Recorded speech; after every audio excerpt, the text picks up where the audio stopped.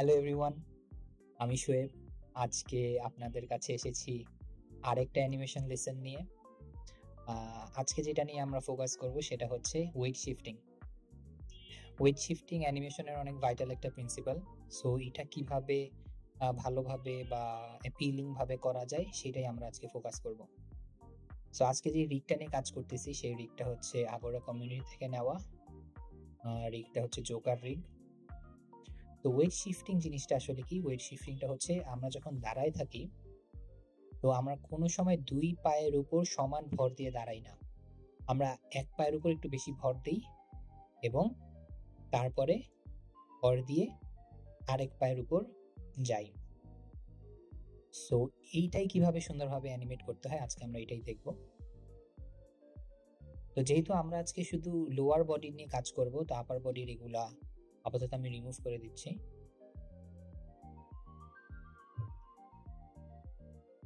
So হ্যাঁ, এখন আমরা দেখি যে সো এখানে দুইটা পোজ আছে। একটা পোজ হচ্ছে এই পায়ের উপর ভর, বাম পায়ের উপর ভর, আর একটা পোজে আছে ডান পায়ের উপর ভর।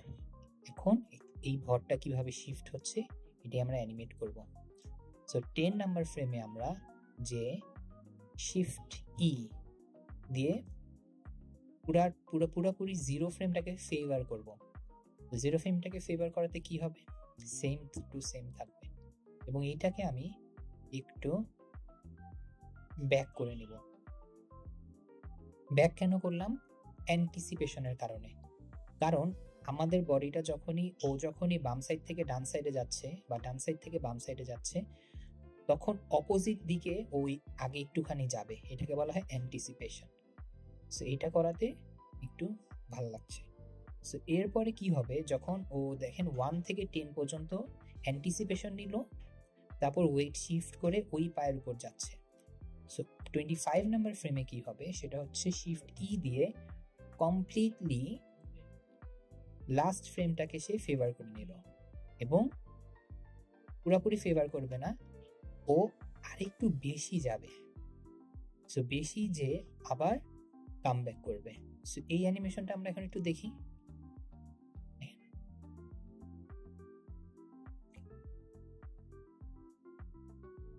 সো এই যে ও যে যাবে, ও একটু অ্যান্টিসিপেশন নিয়ে এক সাইড থেকে আরেক সাইডে গেল।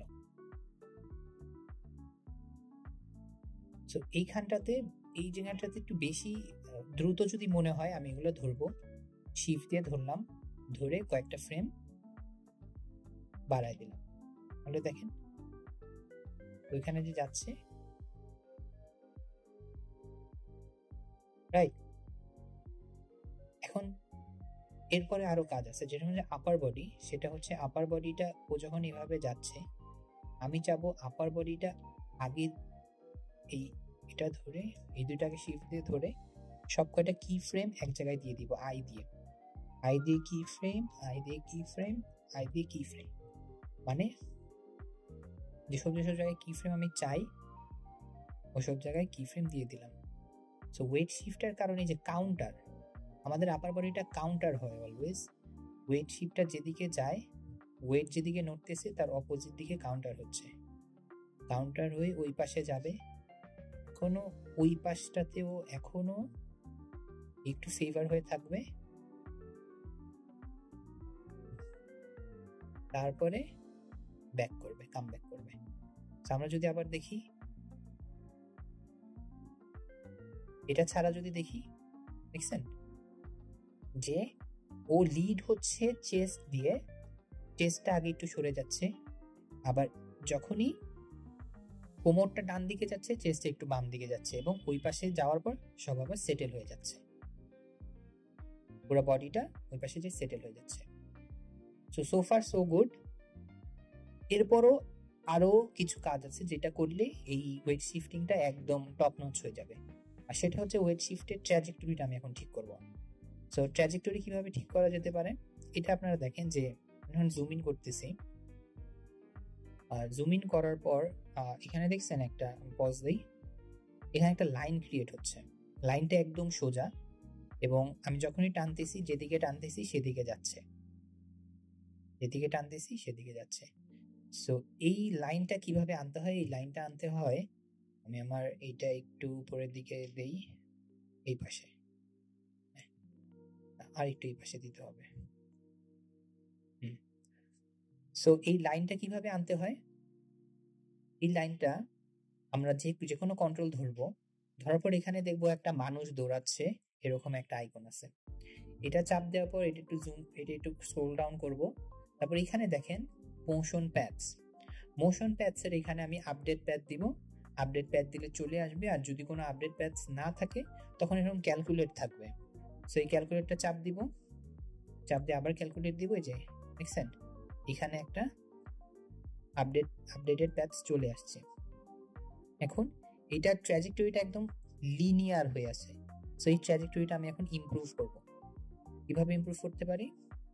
সো ও যখন এখান দিয়ে যাচ্ছে, তো এই 15 নাম্বারে ও একটু উপরে উঠবে, একটু উপরে উঠবে, এবং এইখান থেকে যে ও যাচ্ছে ও একটু নিচ থেকে যাবে। আপনারা দেখেন নিচু হয়ে একটু উপর উঠলো, তারপরে এইখানটাতে আমি চাই আর একটু বেশি নিচে, এখানে উঠলো। সো এইখানে বা অ্যারাউন্ড এই দুইটার মাঝখানে যদি দিতে চাই, এখানে আর একটু উপর উঠবে। সো অনেকটা নোটিস করছেন যে পুরো একটা সি কার্ভ বা এস কার্ভ অনেকটা গোল্ডেন রেশিওর মতো। সো আমরা এটা অলওয়েজ মেনটেন করি অ্যানিমেশনে, যে ট্র্যাজেক্টরিগুলা একটা কার্ভ ফলো করবে, এবং এই কার্ভটা যতটা এই গোল্ডেন রেশিওর কার্ভটা ফলো করতে পারবে অ্যানিমেশনটা ততটা অ্যাপিলিং হবে। তা আমি যে জুম আউট করে ফেললাম, জুম আউট করে ফেললে আপনি দেখেন যে শুধুমাত্র এই ট্র্যাজেক্টরি ফিক্স করাতে ও যে ওয়েট শিফটটা করতেছে ওর মধ্যে ওই ওয়েট জিনিসটা চলে আসছে। আগে জাস্ট ডান বাম হচ্ছিল, এখন এই যে ও যে একটা জায়গায় একটা এনার্জি নিয়ে এক সাইড থেকে আরেক সাইডে ওয়েট শিফট করে তারপর আবার সেটেল হচ্ছে, এই ইফেক্টটা চলে আসছে শুধুমাত্র আমি ট্র্যাজেক্টরির ভিতরে ওই গোল্ডেন রেশিওর মতো করে একটা এস কার্ভ ক্রিয়েট করে দিছে। এরপরও আমরা যদি আমাদের ওই শিফট তো অলরেডি ডান, তো এরপরে আমরা যদি চাই ওর পাতে কিছু ইমপ্রুভ করতে পারি। সো যখনই ওই পাশে যখনই ওয়েটটা শিফট হচ্ছে তখন আমি এগুলা একটু এরকম করে দিতে পারি। তো এটা হালকা একটু করতে পারি। সো এটা করার সময় এই জায়গাটাতে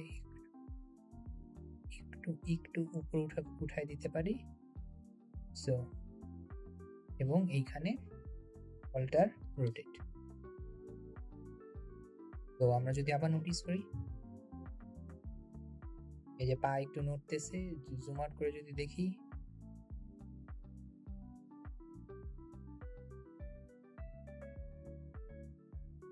সো পায়ের ওইটা বেশি মনে হচ্ছে, আমি আস্তে করে ওইটা স্কেল ডাউন করে দিতে পারি। যেমন এই যে এই পোস্টটা, সো এই পোস্টটা স্কেল ডাউন করা হচ্ছে শিফট ই দিয়ে হচ্ছে আগেরটাকে যত দিবেন ফেভার করব তত ফেভার হবে।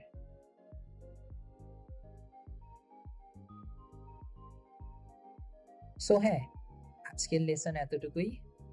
তো আশা করি আমরা যদি এই ভিডিওটা ভালো করে দেখি এবং প্র্যাকটিস করি নিজেরা, আমাদের অ্যানিমেশন আরো ইমপ্রুভ হবে। আর আমরা অলিক থেকে চেষ্টা করব আপনাদের সামনে আরো মজার টিপস এন্ড ট্রিক্স নিয়ে আসার জন্য। সো স্টে টিউন টু অলিক।